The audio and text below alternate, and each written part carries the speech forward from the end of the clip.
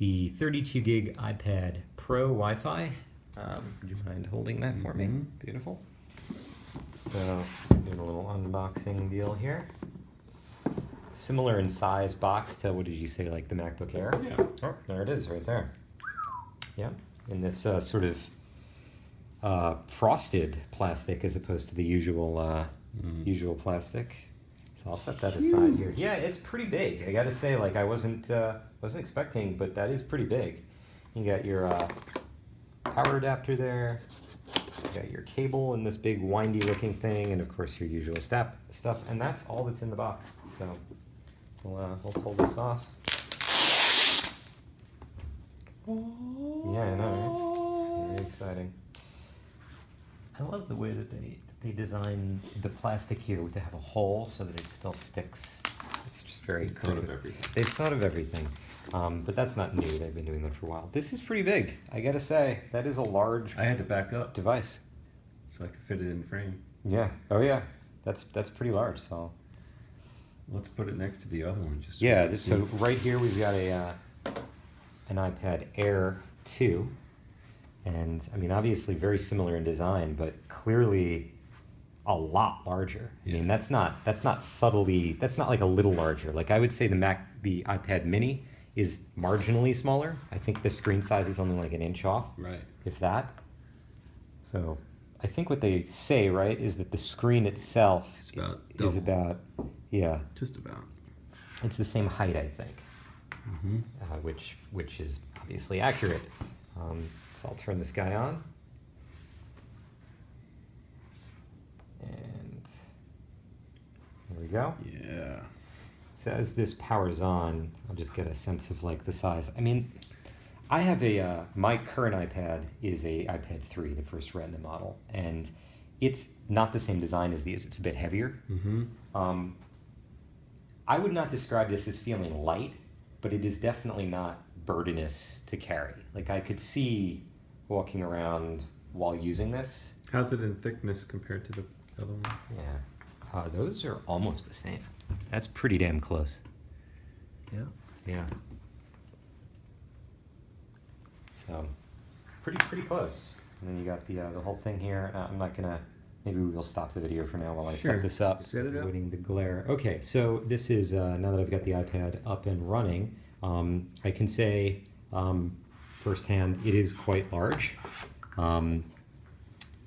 Not unwieldingly large, but it's definitely something that while you could hold and use, I would probably prefer to use it on a desk or on my lap or while sitting down.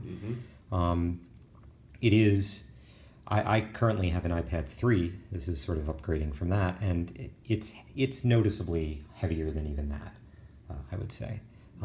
Holding it compared to the iPad Air over here, iPad Air 2, it's a lot. It's much more comfortable holding this, I think, for extended periods. This isn't awkward necessarily. It's a little awkward.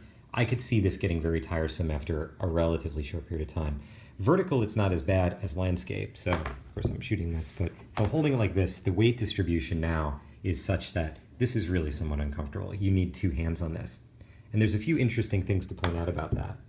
So, if we open up a web page, now this is obviously a huge web page now, a really nice, large display for viewing a single page. And of course you can pull in from the side, which makes a lot of sense this way. But one of the things we noticed is the keyboard is very different. You have an extra row of keys up here. Sorry about all of this glare. Extra row of keys. You have additional not function keys, tab keys, some extra keys up at the top. They've left and right aligned the text depending on which side of the keyboard you're looking at, you can see, which is kind of nice. So this is really great, but there's a few things we noticed. So if you're holding it with two hands, it used to be on the iPad Air that you could split the keyboard. You want to pull that up? Sure. But on this device, all that you've got is undock. And Steve over here is going to pull up on the iPad Air what a split keyboard looks like. So we'll just head over here. Of course, you have your personal notes. But so you can split the keyboard, and that allows you to hold the iPad with both hands and still type with your thumb, similar to like if you were typing on an iPhone. This iPad Pro does not have that feature. You can undock it and move it around, as you can see, but I can't split it. That doesn't seem to be an option. Another interesting keyboard thing, as I noticed in the YouTube app, is that that's the keyboard that you get when you're looking at a app that supports the iPad natively. But I downloaded and installed the YouTube app here, and just to give you, so I was watching the trailer here to get a sense of the sound, but let's just exit out of here. And what we noticed is the keyboard in this mode is ridiculous. It's difficult to get a sense of scale here because there's not a lot in the foreground, but this keyboard is huge. Each of these keys is about the size of maybe, what, like a dime? It's pretty massive. I mean, I would argue it's a little large even over here, but this is huge. These keycaps are larger than I think a standard keyboard. And even in portrait mode, it's pretty, it's not as bad. It's definitely, you know, sort of less weird. But it's compared to the standard keyboard. Now, I'm sure this is something over time as developers start supporting this device will get addressed, but it's definitely a little weird. Another thing we sort of noticed is on the iPad Air, you know, depending on your viewing angle, it's difficult to show this, but if I sort of angle, you'll see there's a lot of light fall off. Now, of course, the camera's enhancing this even more. It's not as dramatic in real life, but there's a lot of light fall off from the screen when you tilt. With the larger screen, of course, I think I just click on that. With the larger screen, that exists as well, but because the screen is so large, depending on how far you're holding it from your face, you get that light fall off in the corners since you're not looking at the full screen as head-on. You almost have to hold it further away to get consistent lighting. It's not something that you'd notice on sort of regular use, but it's definitely apparent if you're sort of looking at it that way. I don't think it's really worth playing the trailer for this because I don't think my microphone on my iPhone is going to pick up the sound difference, but it is dramatically warmer.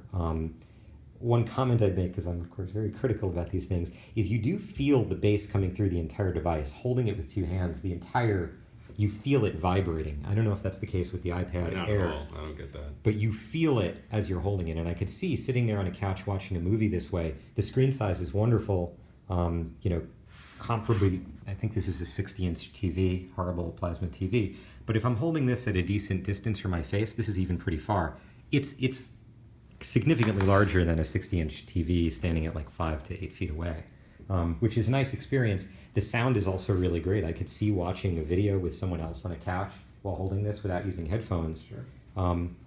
But I would also say it might get a little awkward feeling that vibration of the audio coming through your hands after a period of time. Maybe if you're wearing gloves or have some kind of special iPad stand. But it's pretty nice. Ultimately, did we test anything else out that was worth looking at? I mean, I think we looked at the sort of split view here, which, you know, it makes a lot more sense on this device. This split view is usable. I mean, I can easily browse a web page this way while checking email or doing any number of other things on this side of the screen. Oh, the Mail app would have actually been a good one to use as a test for that white screen thing.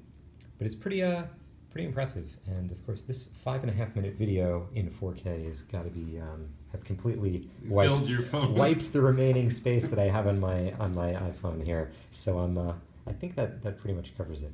Unfortunately, I can't test the pencil because the pencil, as of Wednesday, when I went to the store and picked this up, is not available. Nor is the keyboard. I'm not sure when they will be, but the website currently reports that there are 3 to 4 weeks shipping, and I don't know if that'll be the case for in-store. Kind of bummed out about that because I think the pencil is kind of an integral component to this. I'd say. It's a really big reason for getting this thing, but we'll get it eventually, and there you go. So Cool. cool.